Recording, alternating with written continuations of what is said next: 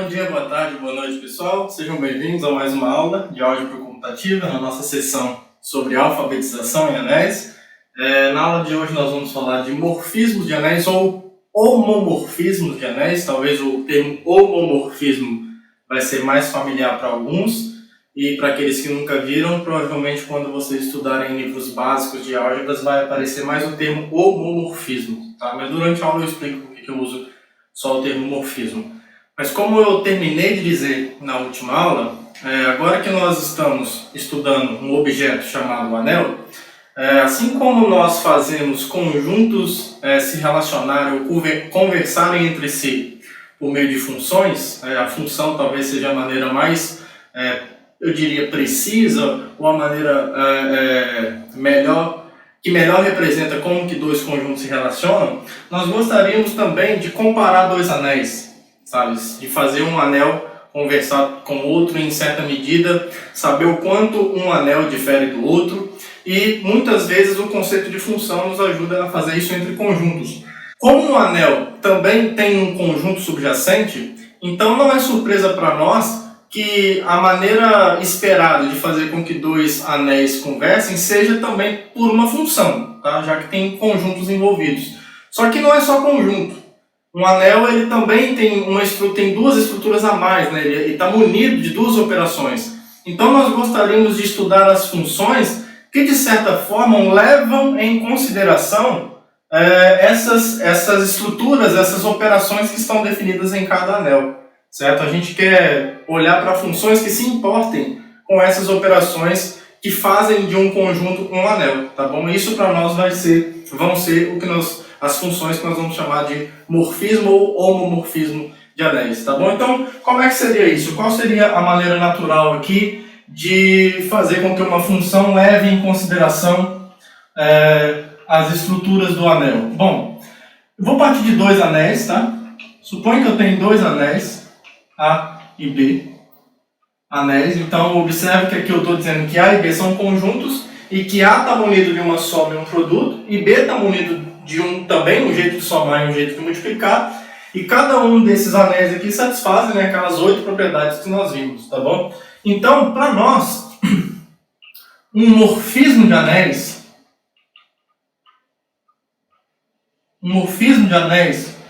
ou, se você preferir, ou homomorfismo de anéis,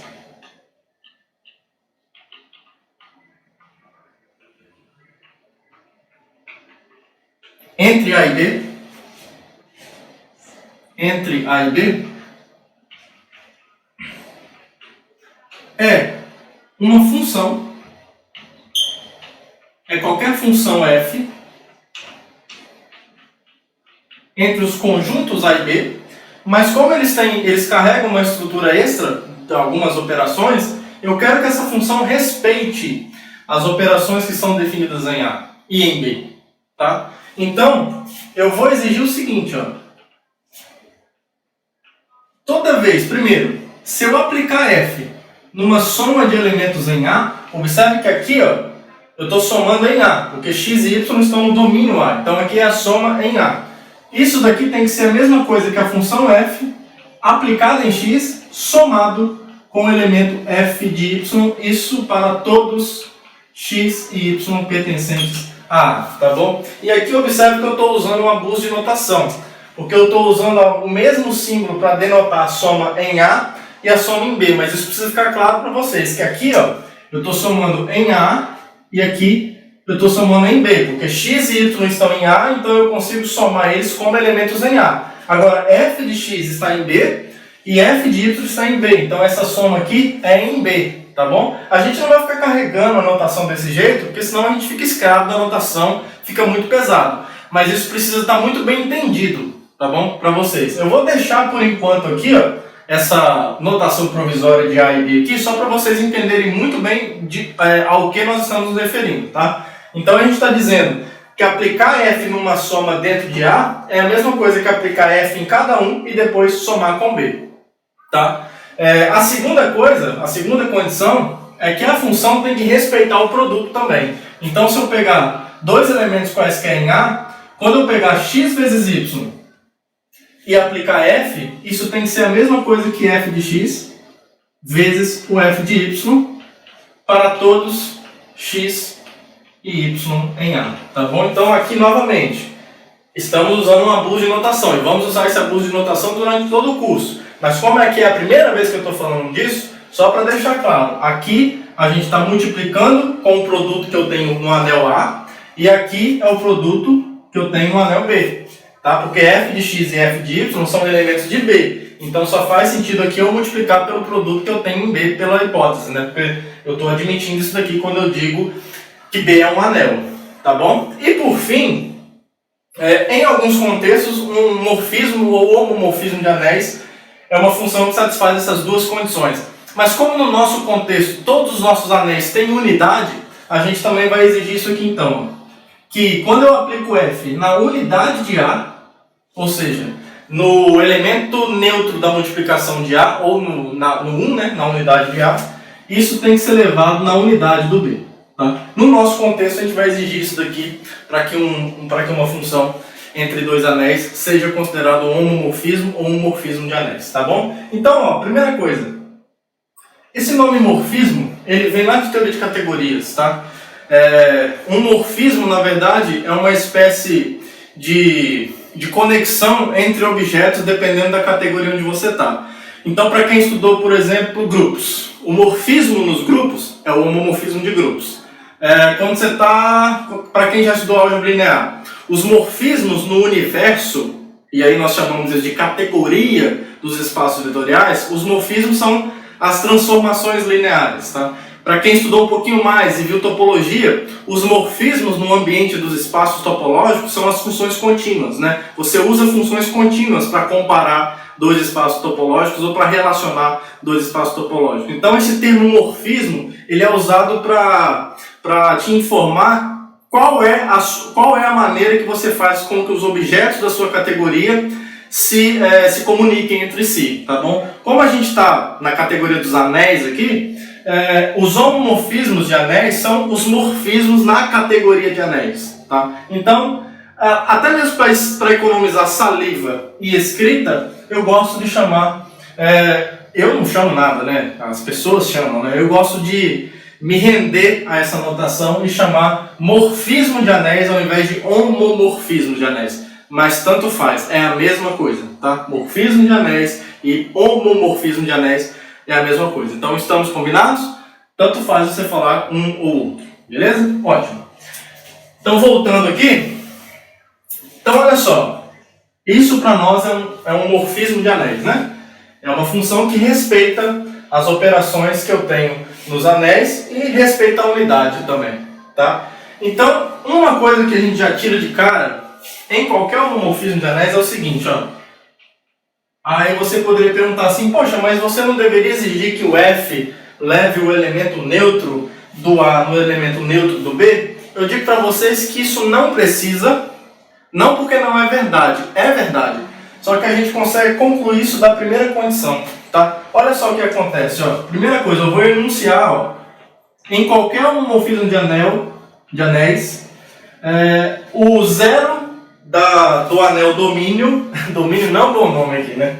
O zero do anel origem, vamos dizer assim, é elevado no zero do anel alvo, né? Target, né? Do inglês, né?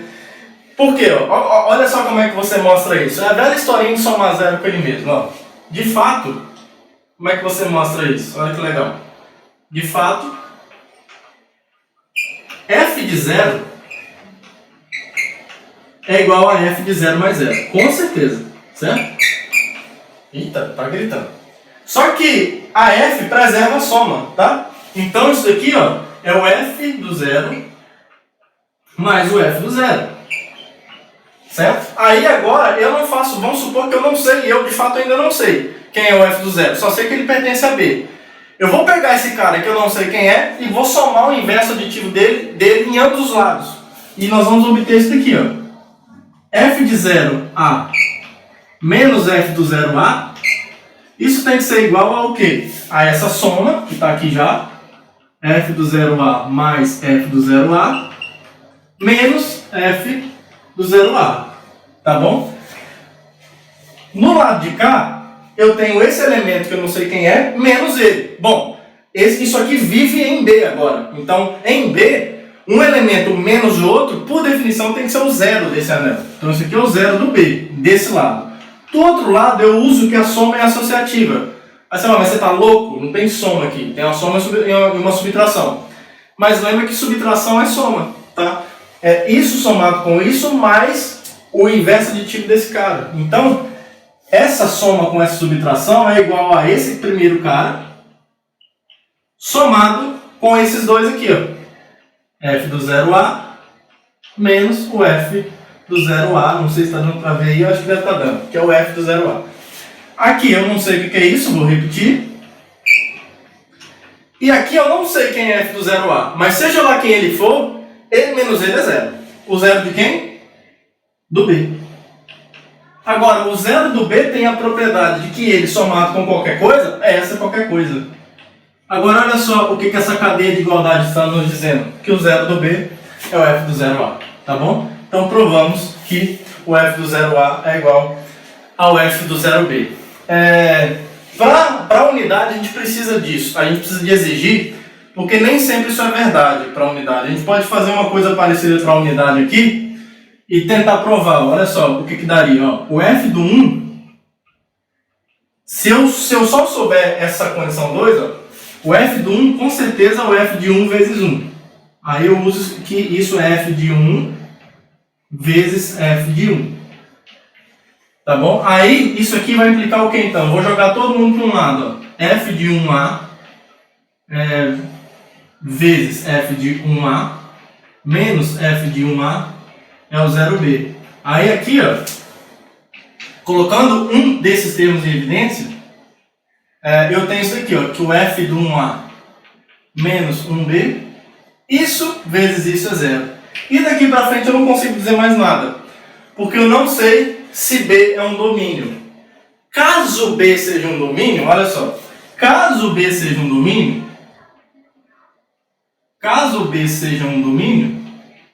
aí você consegue dar mais um passo aqui e concluir que o F do 1 é 0 do B, ou o F do 1, agora sim, é o 1 do B. Tá? E aí, se você souber que o F do 1 não é 0, você vai concluir que o F do 1 é 1, tá bom? Então, para você usar essas duas, para você usar essa segunda propriedade para concluir a terceira, você vai precisar, a princípio, que o B esteja num domínio e saber previamente que o F da unidade não é 0. Aí sim você pode concluir que o F da unidade é a unidade, tá bom? Então, por isso que a gente precisa exigir, a princípio, que isso aconteça. Em alguns casos, isso pode ser consequência do item 2? Pode, mas não é sempre. Não é sempre.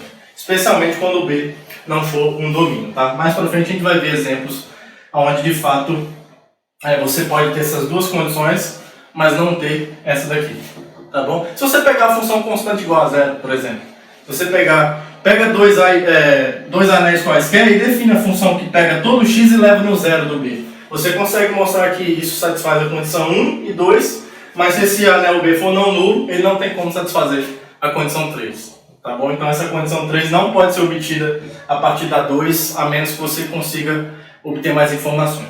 Beleza? Então vamos fazer mais alguns exemplos de homomorfismos.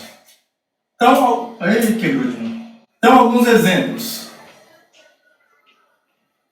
Então, o primeiro exemplo, um dos mais fáceis de todos, ó. Se A é um anel, então a função identidade de A em A, com certeza, é um morfismo de anéis.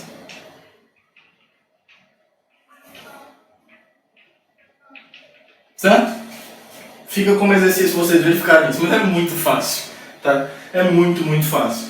A identidade aplicada na soma x mais y é x mais y. Mas x é a identidade aplicada em x e y é a identidade aplicada em y.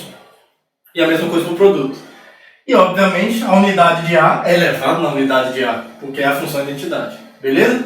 Outro exemplo suponha que A é um subanel de B. Na última aula nós vimos o que é um subanel, certo? A gente pode olhar para a inclusão, para a função inclusão. Então essa função aqui, ó, inclusão, que pega cada elemento x em A e leva nele mesmo, isso também é um morfismo de anéis. Também é muito fácil. A inclusão, digamos que, em termos de lei de formação, ela é a identidade. Tá? O que difere ela da identidade é que o domínio não é igual, a princípio, igual ao contradomínio. Tá? Então, isso aqui é um morfismo de anéis.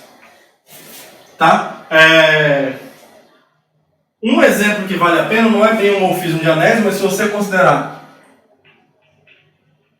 se você tiver dois anéis, sejam A e B anéis, e considere a função constante, considere a função f de A em B, que leva todo mundo em zero. Tá?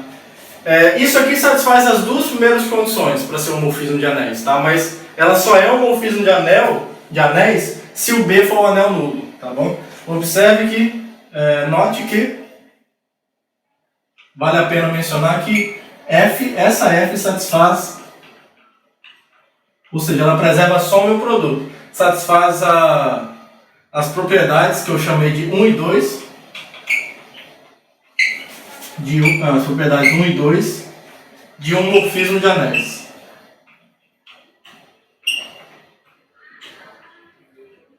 Tá bom? Mas ela satisfaz a 3 se somente se o B for um anel nulo. Tá? Mas F satisfaz 3 se somente se o B for o anel nulo. Tá bom? Se o B for um anel não nulo, é porque o zero é diferente da unidade. E aí o f do 1 não vai ser a unidade de B. Tá bom? Então, essa função constante aqui, dentro dos nossos padrões, já que todos os nossos anéis têm unidade, ela só vai ser um morfismo de anéis se o B for um anel nulo. Tá? Não tem muita graça. Beleza? E um último exemplo, antes de nós explorarmos um pouco mais as propriedades de um morfismo de anéis, vamos trabalhar aqui com as funções, com os inteiros módulo n. Se eu tiver um n natural, e a gente considerar o anel dos inteiros módulo n, essa função aqui, ó,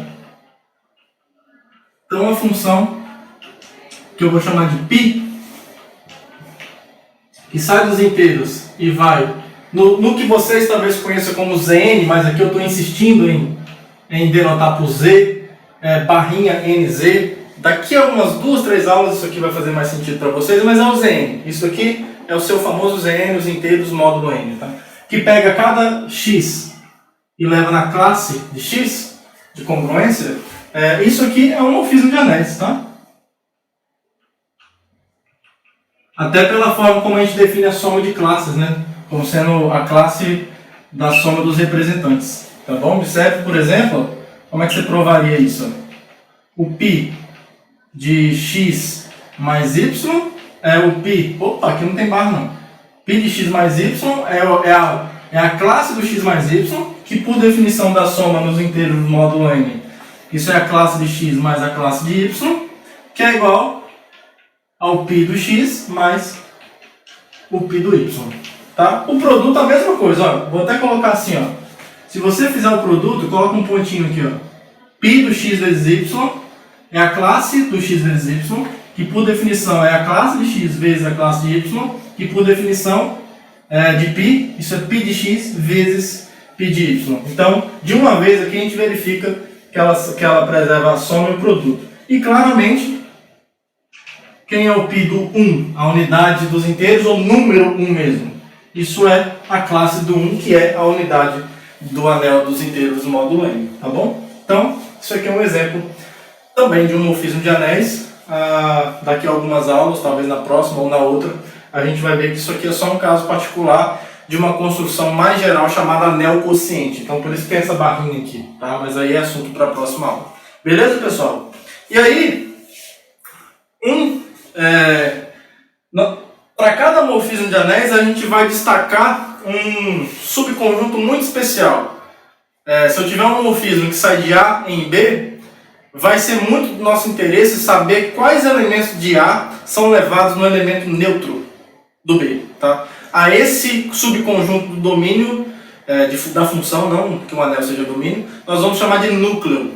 Tá? E isso vai ter uma importância muito grande em toda esta playlist, em toda essa sessão de aulas de álgebra computativa. Tá? Então nós vamos definir o que é um núcleo de um morfismo de anéis e depois a gente vai demonstrar uma proposição que relata uma série de boas propriedades que os morfismos de anéis têm, as propriedades mais básicas, e que depois que a gente provar essa proposição estará ali à nossa disposição para a gente usar quando quiser. Tá bom? Então vamos fazer isso agora.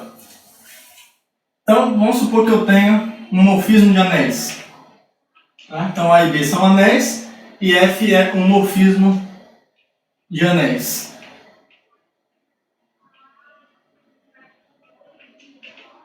Então, o núcleo de F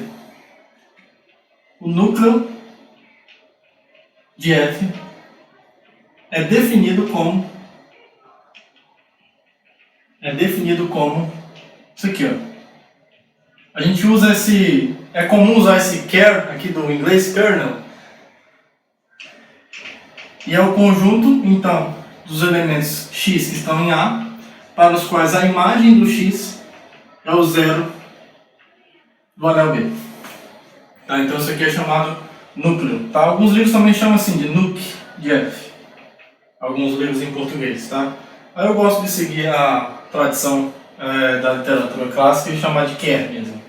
Beleza? E aí a proposição que nós vamos provar é a seguinte. Dentro desse contexto, com essas notações que a gente definiu aqui, A e B são anéis, F é um morfismo de anéis, a primeira coisa que a gente mostra é que o núcleo de F é um ideal. Nós vimos na última aula que é um ideal. O núcleo sempre é um ideal do anel origem. Tá? O B, a imagem não é, em geral, um ideal, mas ela é um subanel de B.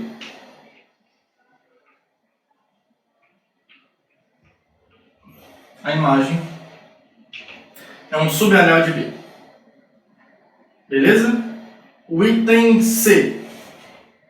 Deixa eu ver na ordem que eu anotei aqui. Isso, o item C é um clássico que a gente vai usar muito. Ó. Dentro desse contexto aqui tem um jeito muito legal de mostrar que um morfismo é injetivo. É você mostrar que o núcleo é zero. Tá? Então, no item C a gente mostra que a F é injetiva. Isso aqui é uma condição que vale praticamente em qualquer estrutura algébrica clássica, pelo menos. Grupos, anéis, espaços vetoriais, álgebras que a gente vai ver ainda, módulos que a gente vai ver ainda. Então tem esse mesmo critério aqui. Então, a F é injetiva, se somente se, ficou um pouco antidemocrático isso daqui, né? Um ficou com um espação e esse aqui ficou espacinho. Dá para dividir melhor esse negócio aqui. Então a F é injetiva, se e somente se o núcleo de F é o zero. Esse é o item C. O item D é um clássico também, importantíssimo. Se eu tiver um ideal, se B é um ideal do contradomínio, então se B é um ideal de B, então a pré-imagem, ou imagem inversa, ou pullback, seja lá o que você preferir, por F, isso aqui é um ideal de A.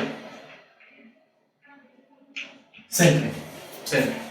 Tá bom? Em geometria algébrica é muito importante que isso aconteça. Tá? Tem uma playlist lá se vocês quiserem ver.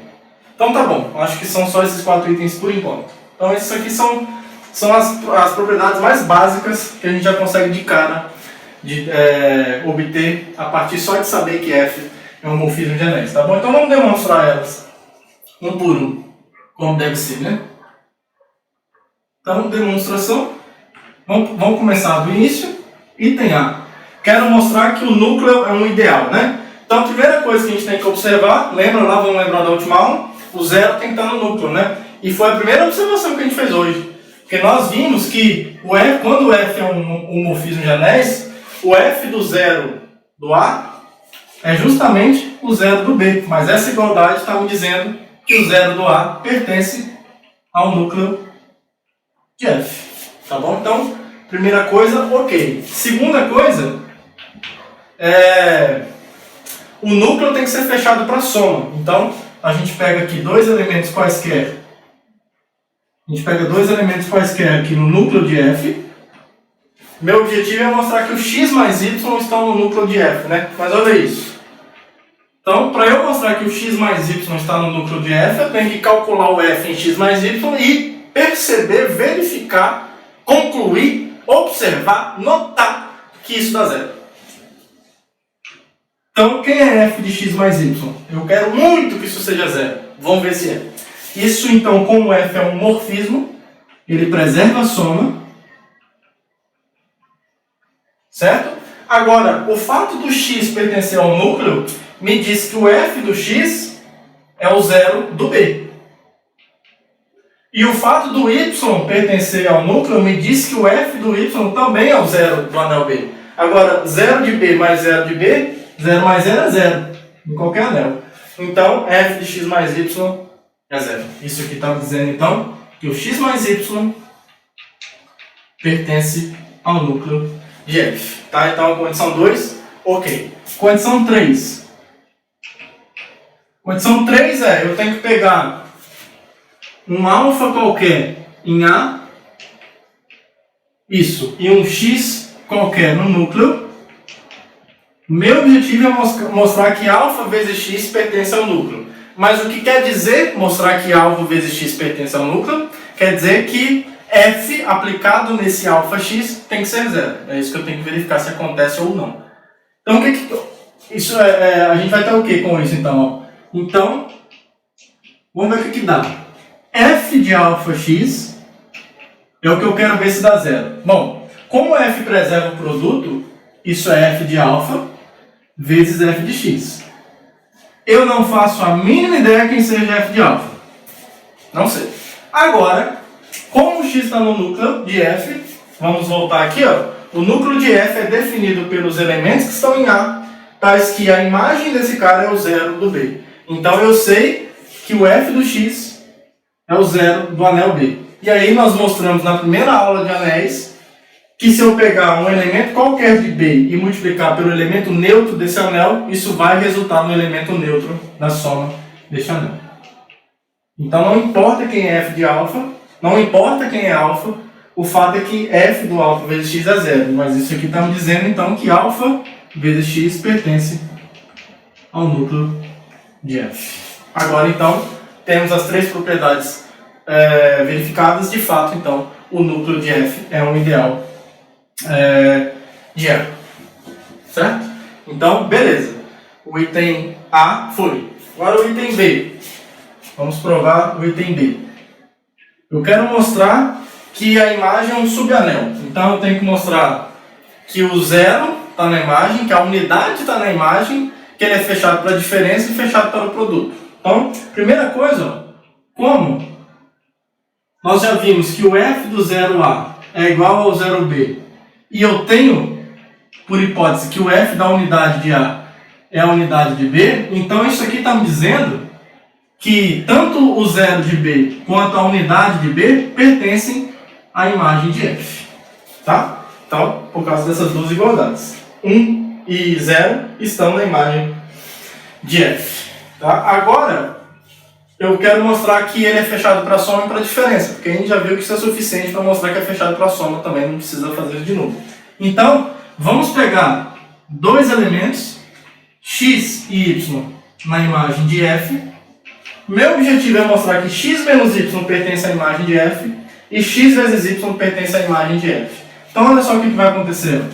Como x e y pertencem à imagem de f, então, existem, eles são imagem de alguém, né? Então, existem um x0 e y0 pertencente a A, tais que o x é f do x0 e o y é o f do y0. Tá? E aqui, talvez eu poderia ter...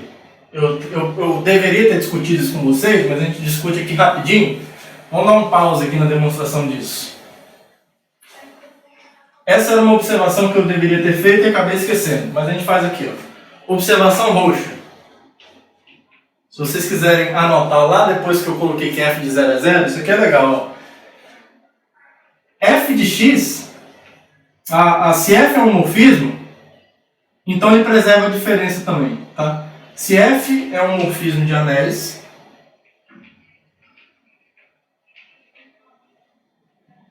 então isso aqui acontece. Ó. Então f de x menos y é igual a f de x menos f de y para todo x, y pertencentes a A. Por que isso é verdade? Ó? Vou mostrar aqui para vocês. Ó. F de x menos y é igual a f de x mais menos y, certo? Que é igual a f de x mais f de menos y, certo? Aí aqui, como é que a gente tem que mostrar que f de menos y é igual a menos f de y? Olha só o que acontece, ó.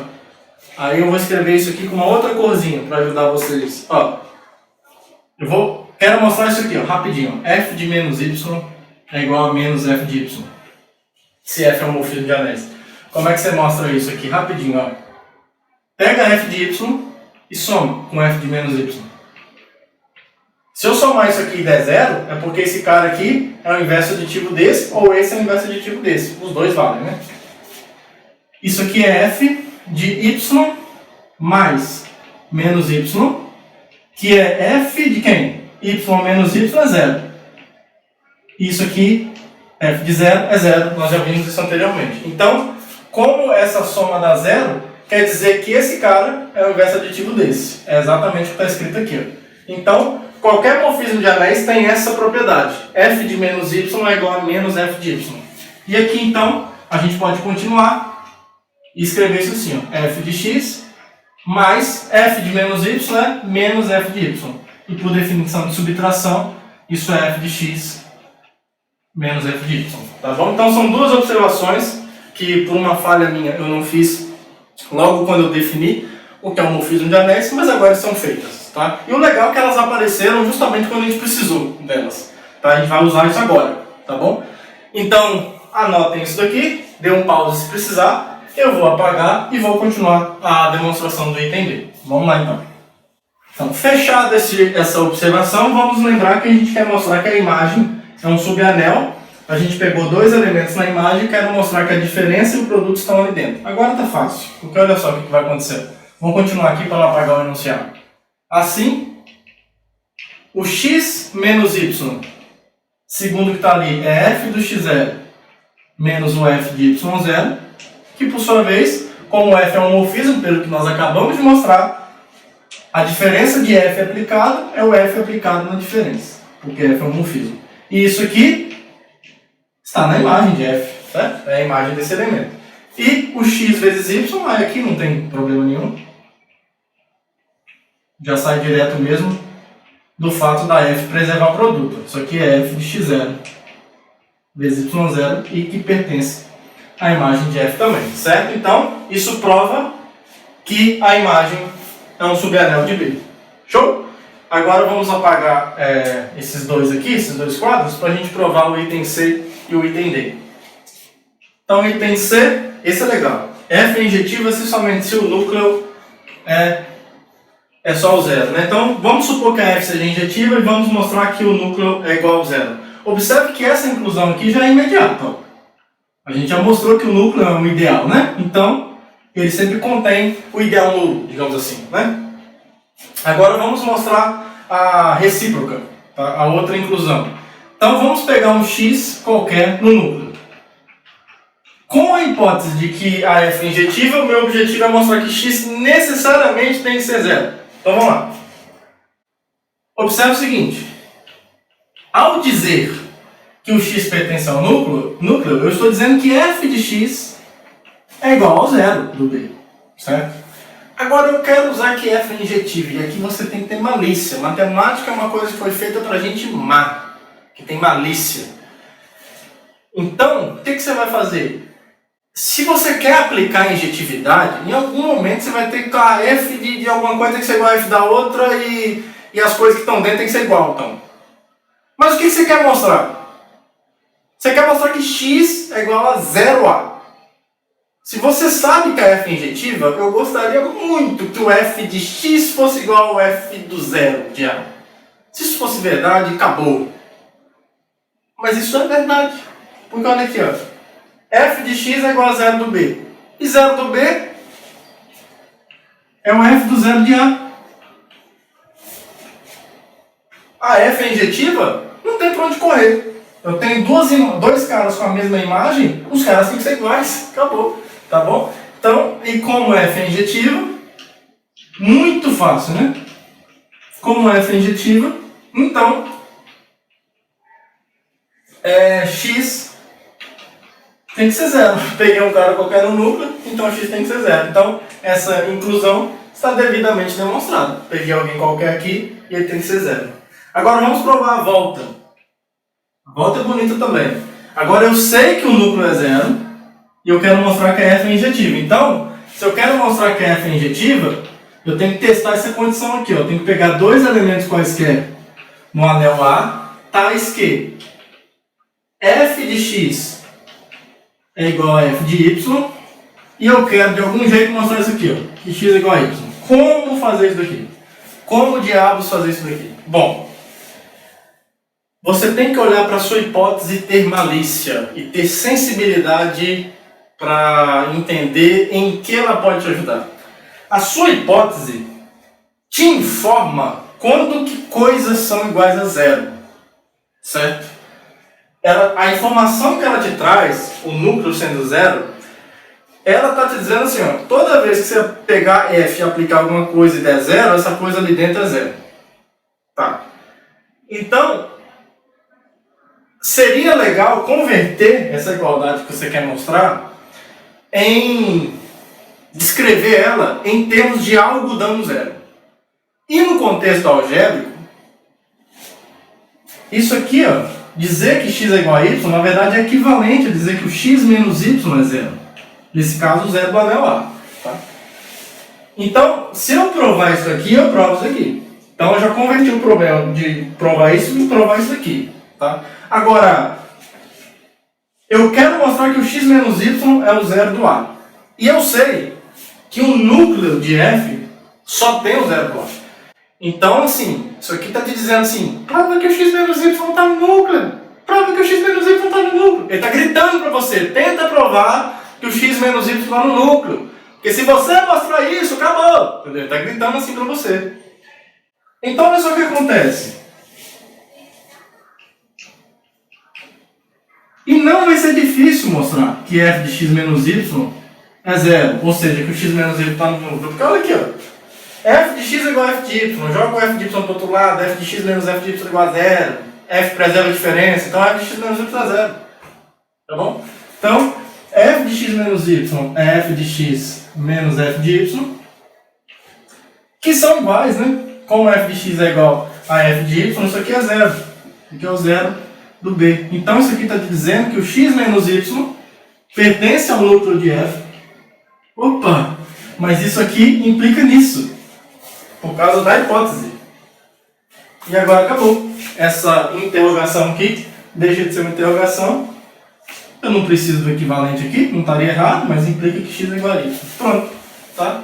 Criamos a ponte aqui entre onde você está e onde você quer chegar. Tá? Então isso mostra que a f é injetiva.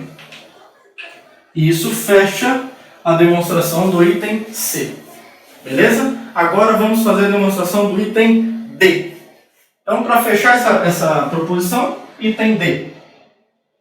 Agora eu quero mostrar, eu sei que o B é um ideal de B, eu quero mostrar que essa pré-imagem de B é um ideal de A. Né? Então, a primeira coisa que a gente observa é o seguinte, ó, tem que ter o zero, né? Então, ó, como o f do zero é zero? Bom, se B é um ideal de B, ele contém o zero como elemento. Então, isso aqui pertence ao B, certo? Então, se o f do zero pertence a B, é porque o zero pertence à pré-imagem do B, pela definição de pré-imagem, tá bom? Então, foi, né? Agora, a gente tem que mostrar que ele é fechado para soma e depois fechado fortemente para o produto, né? Que tem alguém de fora. Primeira soma. Pega x e y pertencentes a essa pré-imagem. Então, isso quer dizer, ó, quero mostrar que o x mais y está na pré-imagem, né? Então, logo, o f do x está em B e o f do y está em B, certo? Agora, como B é um ideal, e como B é um ideal do anel B, então, quando eu somo f de x mais f de y, cai dentro de B também. Só que f de x mais f de y é f de x mais y, tá? Então, isso aqui está me dizendo que f de x mais y, que é igual a f de x mais f de y, isso aqui pertence a B. Agora, se f de x mais y pertence a B, por definição, o x mais y está na pré-imagem por f de B. Tá? Então, a pré-imagem também é fechada para a soma. E por último, se eu preciso pegar um elemento qualquer no anel A e um x qualquer no candidato a ideal e mostrar que alfa vezes x está no candidato a ideal. Bom, como? Assim, vou colocar assim, ó. Já que x está aqui, então o f de x pertence a B, certo? F de x pertence a B. Eu quero mostrar que alfa vezes x está em f a menos 1 de B. Então, o que é que eu tenho que fazer? Eu tenho que aplicar f em alfa x e mostrar que isso está em B, tá?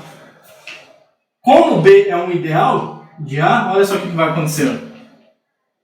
Ou de B, desculpa. Como B é um ideal do anel B, então, quem é f alfa x e aonde ele pertence? Bom, como f é um morfismo de anéis, ele preserva o produto, isso é f alfa vezes fx. O f alfa, não faço a mínima ideia de quem seja, está em B. Só que o f de x está no Bzinho, está no ideal. Alguém que está no anel vezes alguém que está no ideal, pertence ao ideal. Eu já sei que o B é um ideal.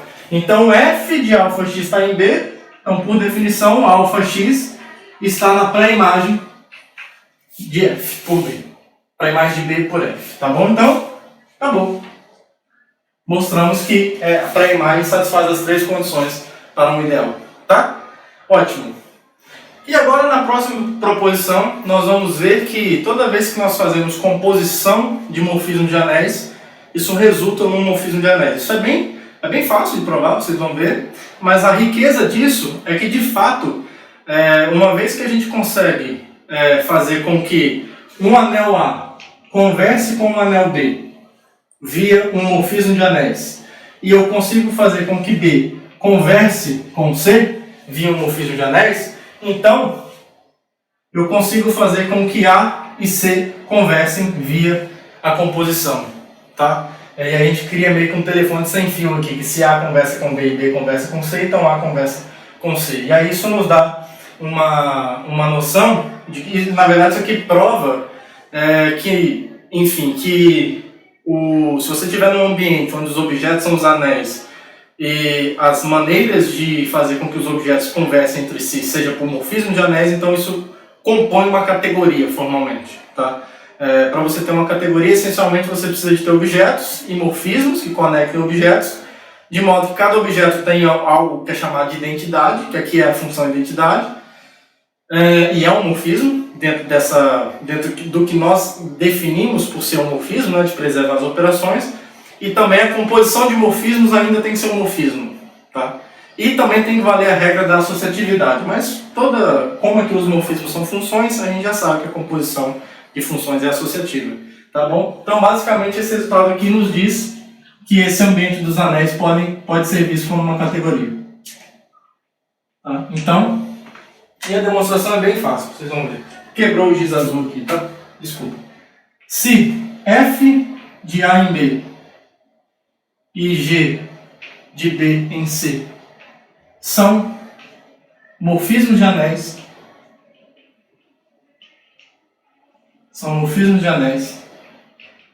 então, quando eu olho para a composição de funções mesmo, tá? Essa composição de A para C determina também um morfismo Isso aqui é um morfismo de anéis. Beleza? E aí a prova disso é bem fácil. A gente tem que provar 3 coisas, né? Mas é bem tranquilo. A primeira, a gente tem que mostrar que isso preserva só no produto e leva a unidade da unidade, né? Então vamos lá. Vou apagar aqui para a gente ter espaço. Vou pegar 2 elementos quaisquer, no domínio, né, da composta. E eu tenho que mostrar que a composta aplicada na soma é a soma das compostas e a mesma coisa do produto, né? Então, o que vai acontecer? Ó? Quando eu pego G bola F e aplico em X mais Y, isso daqui é o que? É G de F de X mais Y. Aí se você quiser ser fundamentalista aqui, ó, aqui é soma em A, né? Aí o que a F faz aqui dentro? Isso aqui é G de quem? Do F de X mais o F do Y. E aí se você quiser ser um fundamentalista, agora isso aqui é a soma em B, né? E aí, isso daqui vai ser o que agora? Já que G é um morfismo de anéis entre B e C, então ele preserva a soma de B e transforma em soma em C. Então isso aqui é G de F de X, somado com, desejando ser fundamentalista, G do F de Y. Não precisa ficar carregando isso aqui não, tá? Eu estou colocando aqui só de sacanagem mesmo. Mas, bom, se você quiser, se para você ficar melhor para entender, ponha tudo, tá? Eu nunca vou contra ninguém que deseje pesar a notação para entender melhor as coisas. Você quer entender, se o seu motivo de colocar uma notação pesada é para você compreender melhor, vai fundo, colega. Eu também faço isso várias vezes, tá? E aqui, por fim, a gente chega nisso aqui. Sendo fundamentalista, aqui. Tá? Então, G bola F de X mais Y é G bola F de X mais G bola F de Y, tá? E aí, pessoal, só pra gente não escrever tudo a mesma coisa, observe que pro produto é a mesma coisa. Você só vai trocar o sinal de mais por um ponto. Ó, quem que é G bola F de X vezes Y? É isso aqui, né? Não mudou nada aqui. É o G bola F de X mais Y, que é o G de F de X mais Y, agora, desculpa, G de F de X vezes Y, no A. Aí, como o F é um morfismo entre A e B, um morfismo de anéis, ele preserva o produto em A, então ele vai transformar esse produto em A em F de X vezes F de Y, o vezes aqui, produto em B, certo? Aí agora, como o G é um morfismo entre B e C, ele transforma o produto em B, que é F de X vezes F de Y, em produto em C. G do F de X vezes o G do F de Y, que é a mesma coisa que isso vezes isso, tá bom? Se quiser escrever tudo de novo, escreva, mas é a mesma coisa, é só trocar o sinal de mais pelo produto, pelo pontinho. Mesma coisa, a estética da demonstração é a mesma e o argumento lógico por trás também. Tá? E finalmente, quando a gente aplica? Finalmente, quando eu preciso mostrar que a unidade do A é elevada à unidade do C, né? Moleza, isso é G de F de 1 do A. Como o F leva a unidade de A na unidade de B, então isso é G do 1 de B. E como o G leva a unidade do B na unidade do C, isso é a unidade de C. Nem do quadradinho. Demonstrar. Então, bem facinho mostrar que a composição de morfismo de anéis ainda é um morfismo de anéis. Tá? E aí, como em qualquer categoria, nós gostaríamos de conhecer quem são os isomorfismos de anéis. Tá? Um isomorfismo, a ideia do isomorfismo é você, na verdade, conseguir comparar um anel com o outro e chegar à conclusão que os conjuntos subjacentes ou a natureza dos elementos até pode ser diferente. Mas o comportamento enquanto anel ou enquanto um elemento ou um objeto daquela categoria é exatamente o mesmo. Tá? Lá na topologia, por exemplo, as pessoas adoram o exemplo da rosquinha, né, e da xícara. Você olha para um donut, né, uma rosquinha, e olha para uma xícara de café e de fato você olha, da onde que essas coisas são a mesma coisa? De fato, eles não são. A natureza não é a mesma dos objetos. Mas se você olhar só sob o ponto de vista topológico, essas duas coisas são indistinguíveis. Você pode sair de uma para outra e chegar da outra para uma e perceber que você criou uma ponte biunívoca e que respeita a estrutura do ambiente onde você está, que naquele caso é topológico. Aqui a gente tem isso também, só não tem esse apelo, né, eu diria que geométrico. Os topólogos vão me matar aqui, né, um apelo topológico, na verdade. É uma coisa meio, talvez um pouco mais abstrata, porque a gente não consegue enxergar as coisas sendo a mesma coisa. Como a gente consegue enxergar esse caso que tem uma geometria por trás. Mas essencialmente é a mesma coisa. Você pode ter dois anéis que a natureza de um dos anéis, sei lá, seja números, e o outro pode ser termos, sei lá, num círculo, que você consiga, num círculo não, mas num ambiente onde você consegue somar e multiplicar, e essas coisas serem a mesma coisa, tá bom? Mais pra frente a gente vai ter mais exemplos ricos, quando a gente trazer a noção de quociente, de localização, de produto tensorial, eu vou conseguir falar com mais exemplos do que agora, tá bom? Mas a ideia é mais ou menos por aí, tá bom? Então, o isomorfismo, nesse nosso contexto aqui, ó, o que é um isomorfismo? Se eu pegar um morfismo de anéis,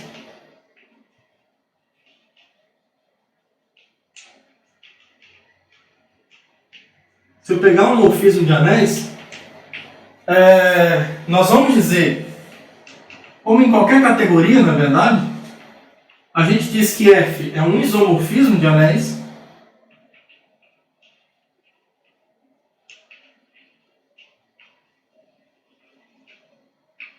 se existir um morfismo de anéis G de B para A que faça isso daqui, ó. Tá o quê?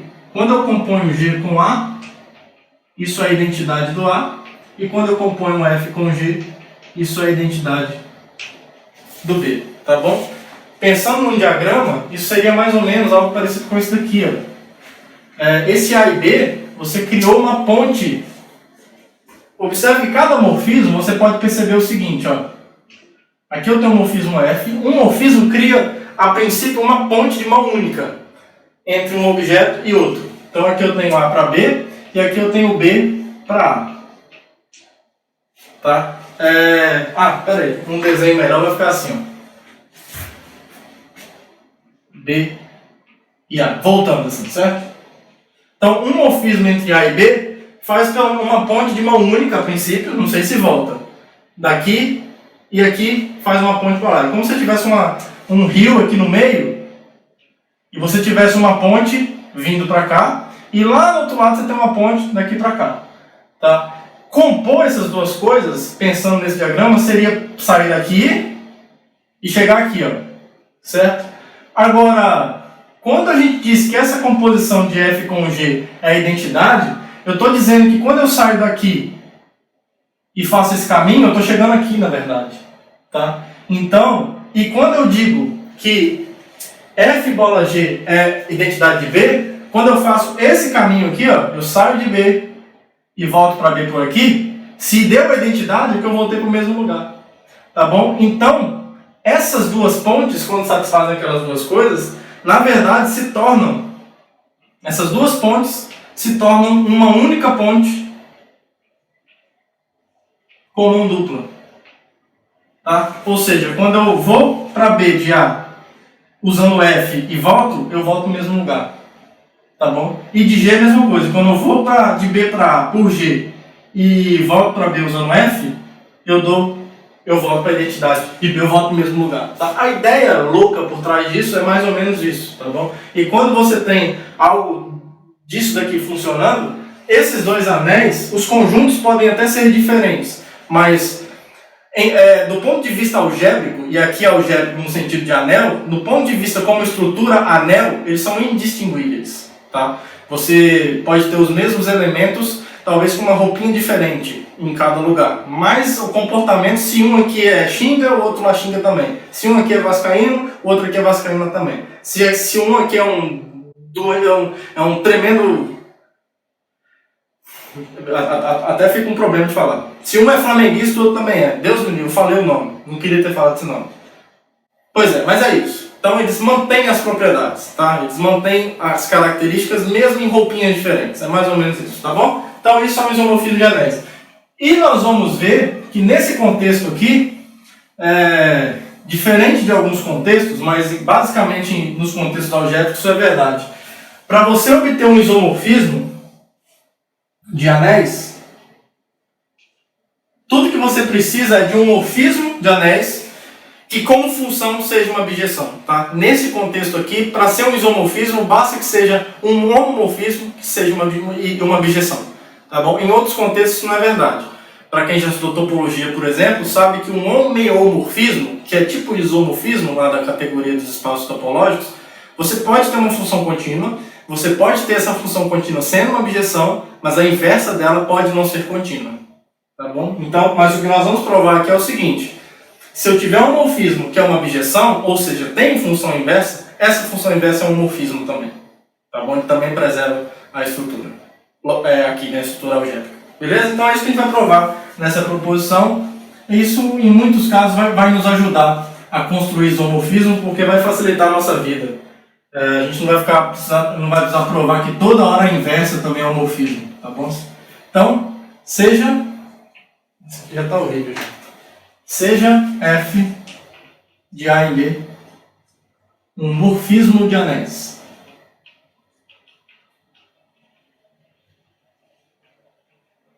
Então, se eu tiver um morfismo, isso aqui vai acontecer. Então, F é um isomorfismo de anéis se e somente se F é uma bijeção. Então, para mostrar que uma coisa é um isomorfismo, basta que seja um morfismo de anéis e que seja uma bijeção, tá? A ida é imediata, tá bom? A ida é absolutamente imediato pela definição que nós demos de isomorfismo. Ó, pela definição de isomorfismo, eu tenho uma função inversa, tá? Tem até mais do que eu preciso. Essa inversa é um morfismo, mas tudo bem. Ela é uma bijeção. Se uma função tem inversa, ela é uma bijeção. Isso aí é clássico lá da teoria de conjuntos, tá? Então isso aqui é imediato. O legal é a volta. É a volta que a gente vai usar mais. Tá? A gente vai mostrar às vezes que algo é isomorfismo, a gente vai reduzir isso a mostrar que é um morfismo, é injetiva e é sobrejetiva, né? Ou seja, é morfismo e é uma bijeção. Tá bom? Então vamos provar a volta. Eu vou apagar aqui esse quadro para a gente ter espaço para escrever. Então a volta, a gente sabe que F é uma bijeção, né? Então, por hipótese, existe uma função g de B em A, tal que G bola F é a identidade de A e F bola G é a identidade em B, certo? Eu só preciso mostrar agora que G é um morfismo de anéis, tá bom? Então vamos mostrar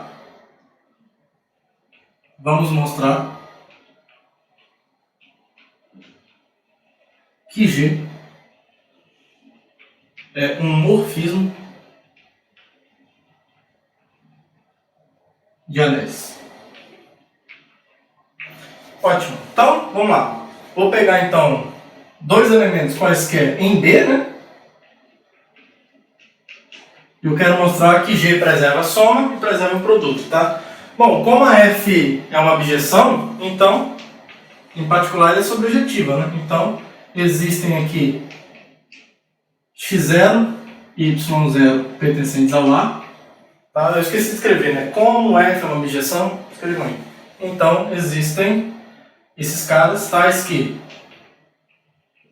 o x é o F do x0 e o y é o G do y0, tá? Isso aqui está me dizendo de igual modo que então opa, que é F, desculpa. Isso, é F. Então, olha só, isso aqui está me dizendo que o G do x é igual ao quê? G bola F do x0, mas G bola F é a identidade, né? G é a função inversa de F, né? Vamos lá, né? G é a função inversa de F. Então, se x é F de x0, o G do x é x0. É só usar essa composta aqui, ó. E o G do y é y0. Tá? Então, logo, o que vai ser o G do x mais y? Bom, G do x mais y é igual a, vamos pensar aqui, G do x mais y, ó, x é isso e o y é isso, né? Então isso aqui vai ser G, ó, o x é f do x0, certo? F do x0. O y é f de y0. Certo? Agora, a f eu já sei que é um morfismo de anéis. Então, a f preserva a soma. Isso aqui, então, é g de f de x0 mais y0, certo?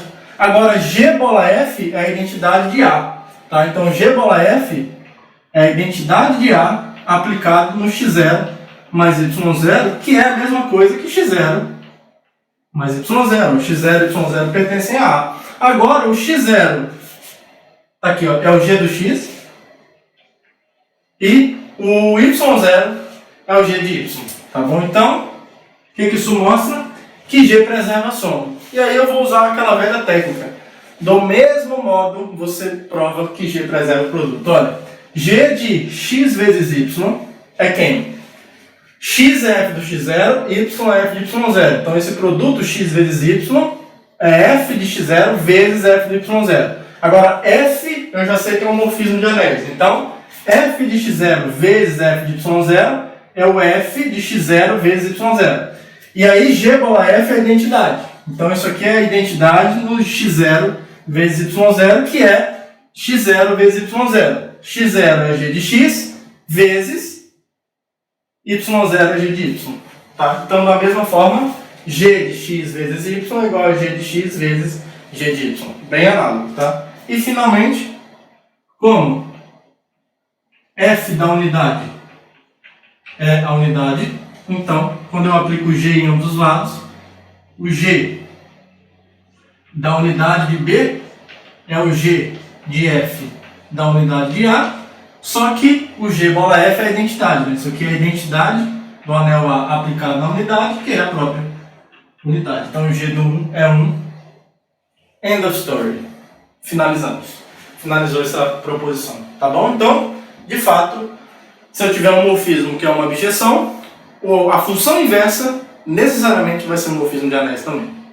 Beleza? Ótimo. Temos mais algumas coisas para fazer aqui. Vamos lá? Penúltimo resultado. Temos uma forma de caracterizar um corpo via morfismo de anéis. Então, seja A um anel. Seja A um anel. Então, A é um corpo. A é um corpo, se somente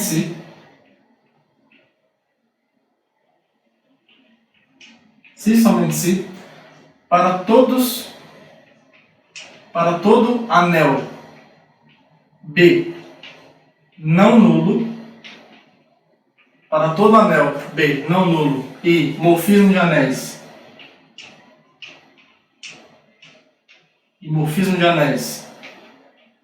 F de A em B. Então, A é um corpo se somente se para qualquer anel B não nulo que eu pegue em um morfismo de anéis de A em B, tem-se que F é injetivo. Tem-se que F é injetivo. Vou demonstrar isso então.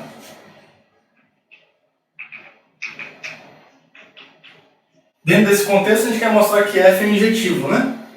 A gente quer mostrar que F é injetivo. Então, a gente vai mostrar que o núcleo de F só tem um zero. Tá? Então, vamos pegar aqui um X. O X é um corpo, né? X. Desculpa, o Y é um corpo. Pega um X no núcleo de F. Então,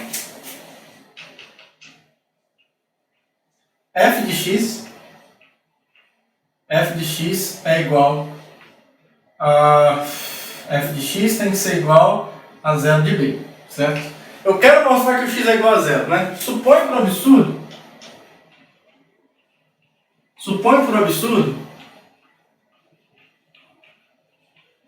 que o x seja diferente do zero de A.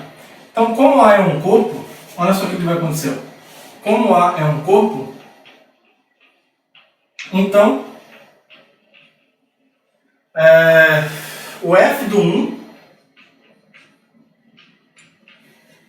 1, ele tem que ser igual ao quê? Por um lado, ele tem que ser a unidade de B, certo? Porque f é um morfismo de anéis. Tá? Então, por um lado, ele tem que ser a unidade do B. Mas, por outro lado, como o A é um corpo, esse x tem um inverso. Então, isso aqui é f de x a menos 1 vezes x, que é igual, vou colocar aqui, ó, que é igual a f de x a menos 1 vezes o f de x, que eu não faço a mínima ideia quem é f de x a menos 1, mas isso aqui é zero, porque eu peguei no núcleo.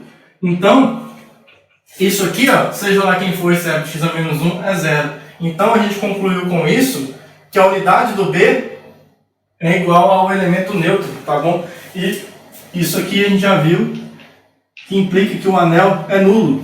E isso é um absurdo, porque eu estou supondo que o B é não nulo. Tá? Então, a contradição vem de supor que o x é diferente de zero. Tá? Então, logo, o x necessariamente tem que ser igual a zero. Tá? Então, assim, o núcleo de F só tem o elemento neutro, e isso implica, pelo que nós já vimos hoje, que a F é injetiva. Beleza? Então essa foi a ida. Agora vamos provar a volta.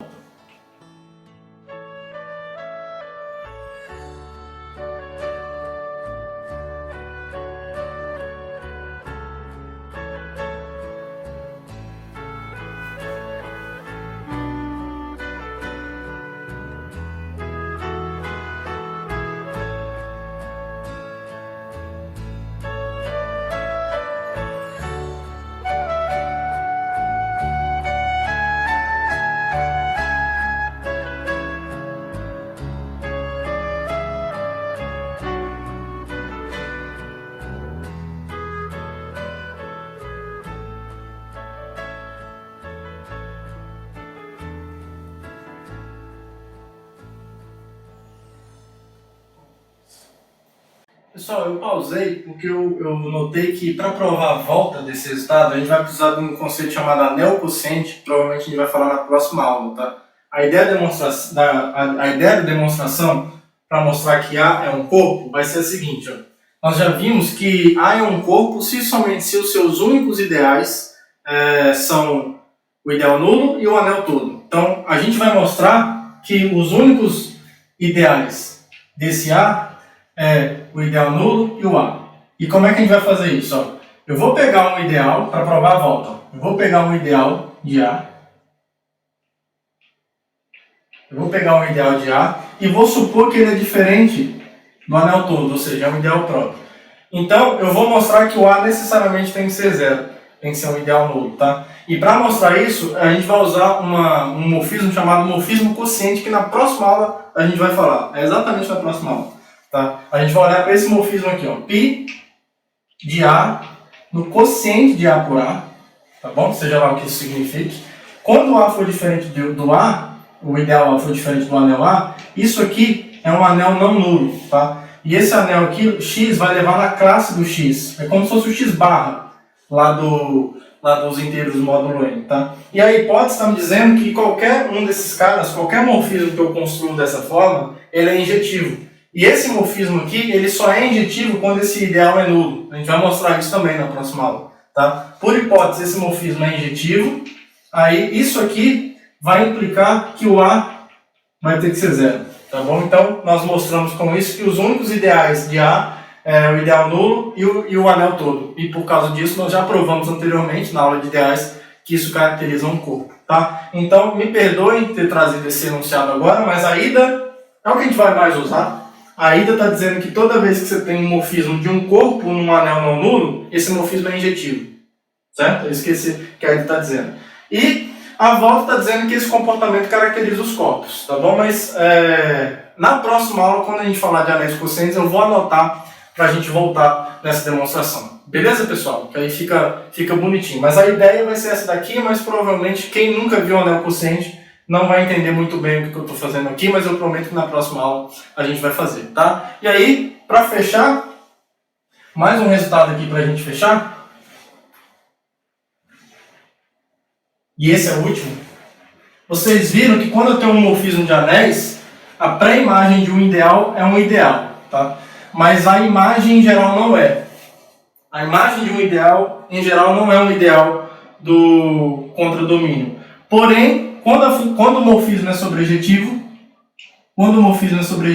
isso sim a gente pode dizer. A gente pode dizer que é verdade, tá? Então, olha só, a gente vai mostrar que se F de A em B é um morfismo sobrejetivo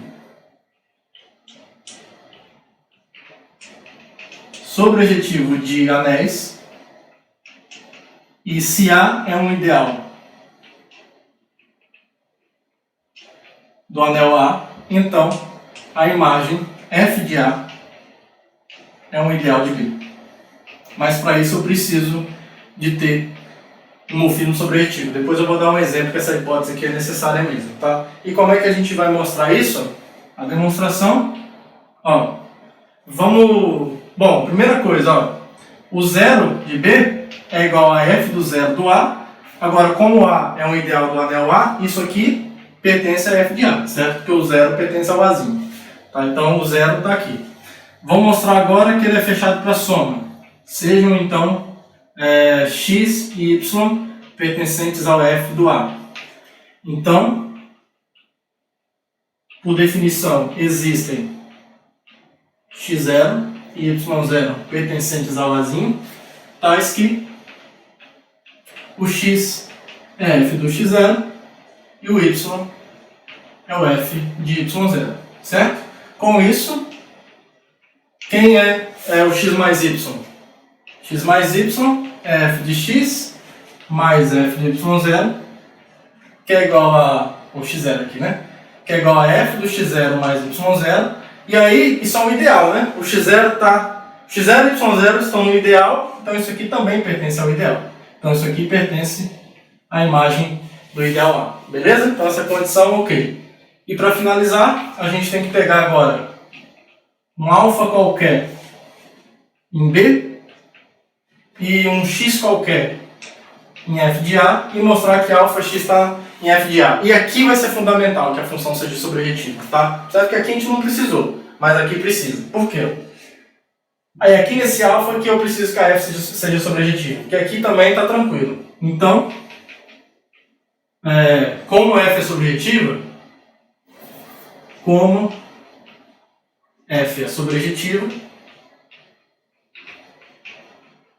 então existe um alfa zero pertencente a A, tal que o alfa é f de alfa zero, e como o x pertence ao f de A, aqui é a mesma coisa, né? Então existe o x0 pertencente ao Azinho, tal que x é igual a f de x0, certo? Com isso, o alfa x é f de alfa zero vezes f do x0, que é, como f é um morfismo, isso é f de alfa zero x0. Como o x0 pertence ao ideal e alfa zero pertence ao anel, o produto cai dentro do ideal, certo? Então isso daqui pertence ao f do Azinho, tá bom? Então isso aqui fecha a demonstração que a imagem de um ideal é um ideal desde que a f seja sobrejetiva. E aqui um exemplo de que a gente precisa da sobrejetividade é você pegar essa inclusão aqui, ó. Considera essa inclusão dos inteiros nos racionais. Isso é um morfismo de anéis, certo? Z é um ideal de Z? Z é um ideal de Z. Z é ideal dele mesmo, com certeza. Mas a imagem de Z não é ideal dos racionais, tá? a imagem de Z quem é? É o próprio Z, né? Z não é um ideal dos racionais, ele é um subconjunto dos racionais, mas ele não é um ideal dos racionais, tá? Se você pegar o meio e multiplicar por 3, 3 está nos inteiros e meio está nos racionais. Meio vezes 3 não é inteiro mais, é 3 sobre 2. Então Z não é fechado para o produto fortemente por fora. Tá? Então, e qual é o problema dessa função? Ela não é subjetiva. Tá? Tem mais racionais, né, no sentido de conjunto, não no sentido de cardinalidade, não. Eles têm a mesma cardinalidade. Mas existem números racionais que não são inteiros. Então essa função não é subjetiva. Né? A inclusão, para ser subjetiva, só mesmo se ela for a identidade, só se o domínio, quando o domínio for iguais. Tá bom, pessoal? Então isso fecha a aula de hoje. Falamos bastante sobre o morfismo de anéis. Na próxima aula a gente vai falar de anéis quocientes. Vou trazer de novo a volta daquele resultado para a gente resolver ele direitinho, tá bom? Então, um abraço para todo mundo, um bom dia, boa tarde, boa noite e até a próxima aula. Tchau, tchau. Now the world don't move to the beat of just one drum. What might be right for you may not be right for some.